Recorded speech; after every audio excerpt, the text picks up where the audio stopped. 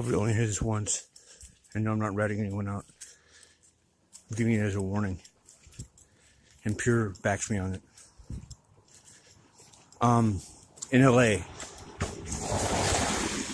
in Australia, worldwide actually, there's a group of artists known as ICARCs. Okay. I've mentioned this group before. You know, everybody's got their little cliques that they hang out with.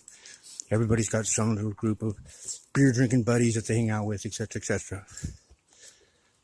Okay, very different group than you're used to, or you'll see on TV, or you'll see on some Discovery Channel special. Most of us do not ever carry guns. We've been raided for guns. We've been raided for machine guns. I just stayed asleep because I was tired. We get pulled over a lot. Now, one thing that's fascinating is that most of the guys that ever get into any trouble and go to jail didn't ever do the crime. So, I think out of, I don't know what it is right now, but we had 5 guys in ICR that were doing multiple years in prison for crimes they did not commit. And I think even the police and the district attorneys knew this. These were headline news incidents. And on one of them, it was even to not say anything about somebody who basically punked out on us that wasn't even part of our crew. And that's the way it goes. It's very much connected to my always getting busted for things that I don't do, but getting away with things that I do. We have a key to every lock in the city.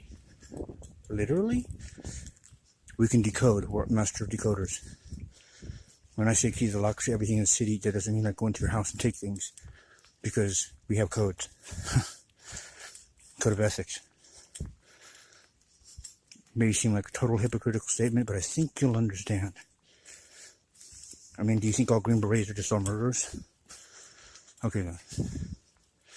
We could walk into a supermarket, grab whatever we wanted, and walk out. If someone said something to us, and we put it back. We never lost a fight. I rarely even had to fight. Never lost a fight. One time, in case some of you are wondering about my support of Farrakhan, a black gentleman by the name of Al, apparently, in retrospect, I didn't realize this at the time because I was new to the family, which you cannot join. Everyone wants to join the crew. You can't not join. That may have changed since we've had new ownership since some recent deaths, but you have to be observed and then you're selected. What are the priorities? I don't know what the priorities are. I do remember I used to hang out with them. Didn't think much about it. Didn't know much about it. One smartass says, hey, these dudes want to be in ICR. Let's jump them in like a gang initiation. I was pretty drunk and I was pretty tough back then, right? So it's me and these 2 other guys.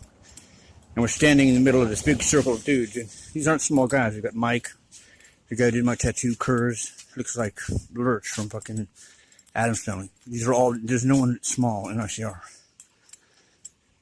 So I'm thinking, whatever, it'll be a little tussle. It's kind of a funny joke. Nobody was planning this.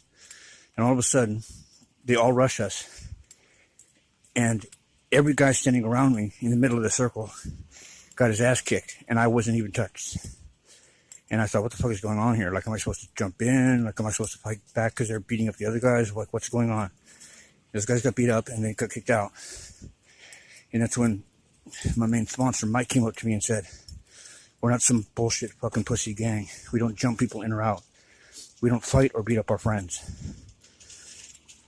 So the people who got jumped here tonight are not in ICR.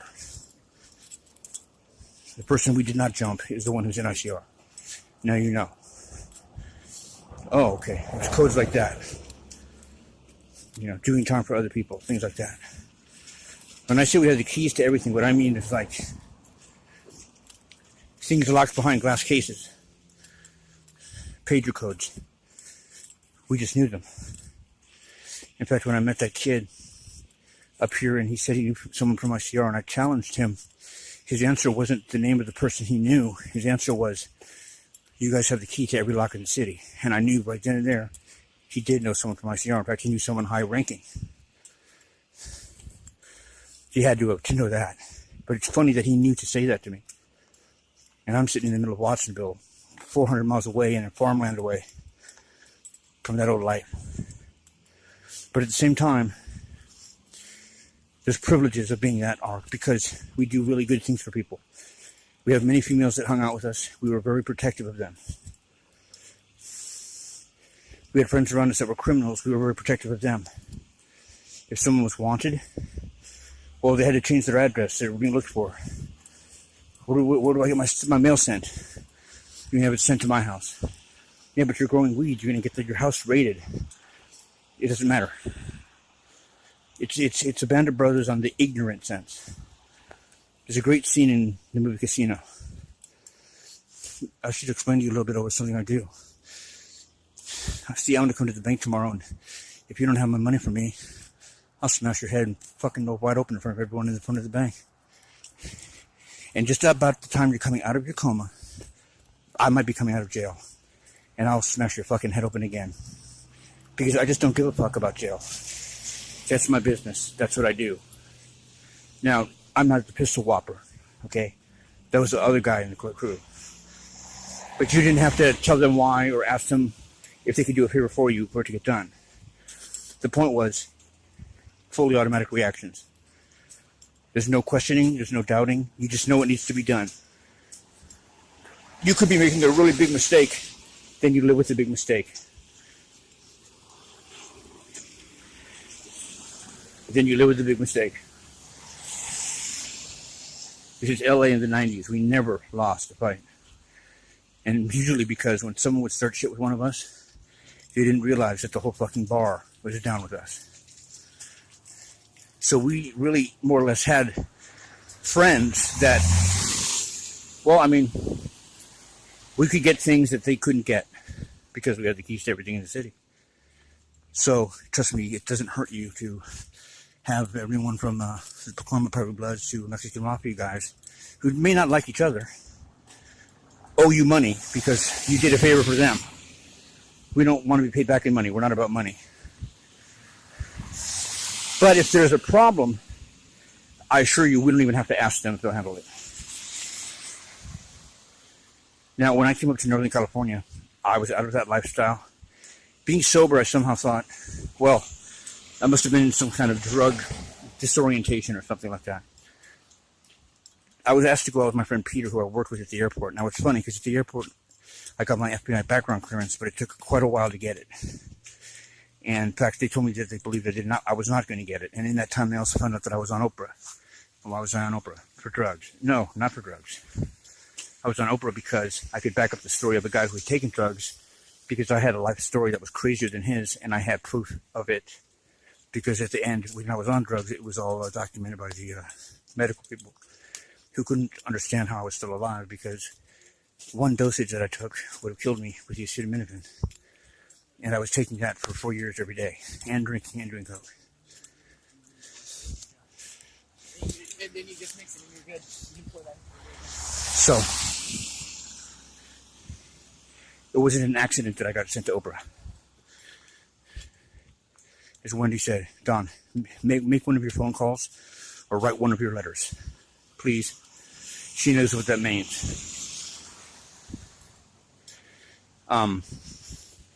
The FBI must have profiled me, because they did give me my past. And they were upset because, see, I was instructed by the judge not to inform them of, or inform anybody of maybe a felony that I was arrested for that was so dismissed that the judge says, I prefer that you not ever mention that this even happened to anybody. So in other words, as far as you're concerned, you were never arrested. You were never charged or accused of this crime. Well, when I got my FBI background check, the FBI knew about all those things. But I really did program myself to forget about them. It wasn't that I was hiding them. It was nothing serious. But it is a bit unusual to have a judge tell you, you don't need to. In fact, we want you not to tell anybody that you were involved in anything to do with these crimes. And so they wanted to hear the truth. The funny thing is they found out I was on Oprah at the same time they were there checking our IDs. It took about 3 to 4 weeks for me to get my FBI background clearance because I'm at the airport. It cost like $800. Everyone else got theirs in like 5 days. They said I wasn't going to be able to work there. They didn't understand it. We get very important people in that airport. I had to sign a non-disclosure agreement. I've been on Rupert Murdoch's jet. I've been on Donald Trump's jet. Most impressive was probably Itzhak Rabin, the Prime Minister of Israel. I got a call out. I was the only guy working that night. And the guys hated this. Why? Well, they didn't leave big tips, but the guys had this impression. They were kind of starstruck, and I wasn't. I mean, I've never seen so many Secret Service guys with machine guns in my life. And I'm supposed to meet this guy with a handshake, a bottle of his favorite liquor, and his car. And make sure that he gets everything he needs, then talks to his pilots and make sure they get everything they need so they can take off on time. And I'm the only guy without a gun. So they wanted to know, the guys that I work with, why is Don getting all of these assignments? Clearly he shouldn't even get his FBI background check. Clearly his stories, he's a lunatic. He was even on Oprah for doing drugs. Why are you assigning Don to all of these very important people?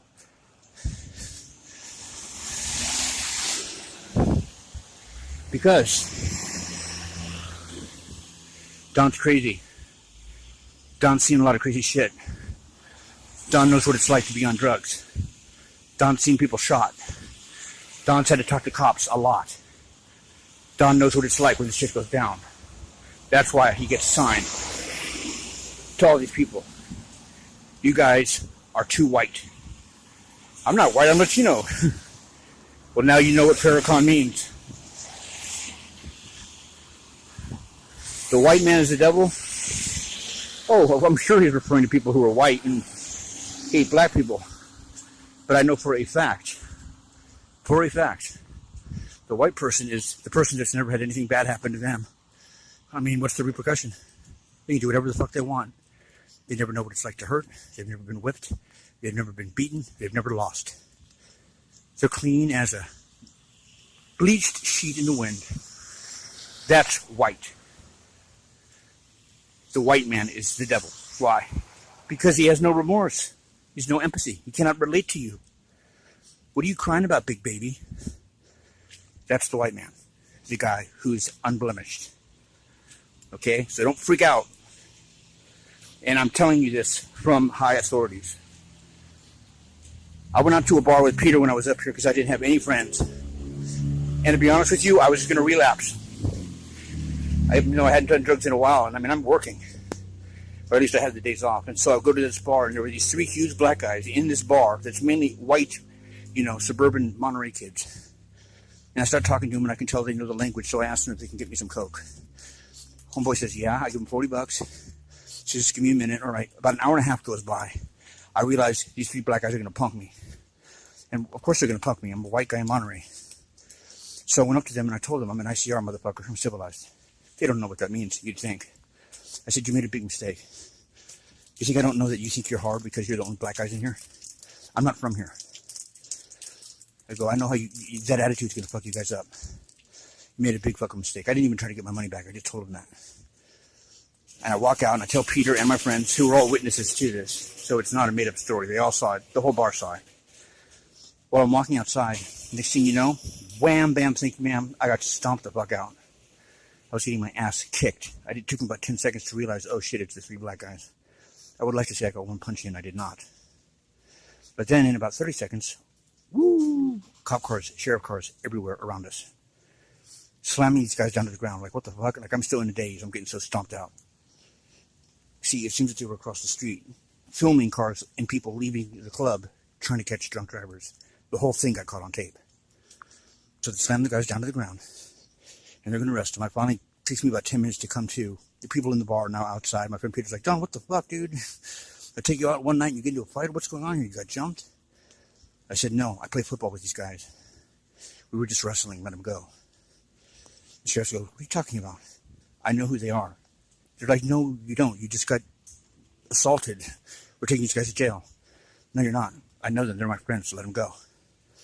And finally, they uncuffed him. And I walked up to him and I said, now you know who the fuck I am.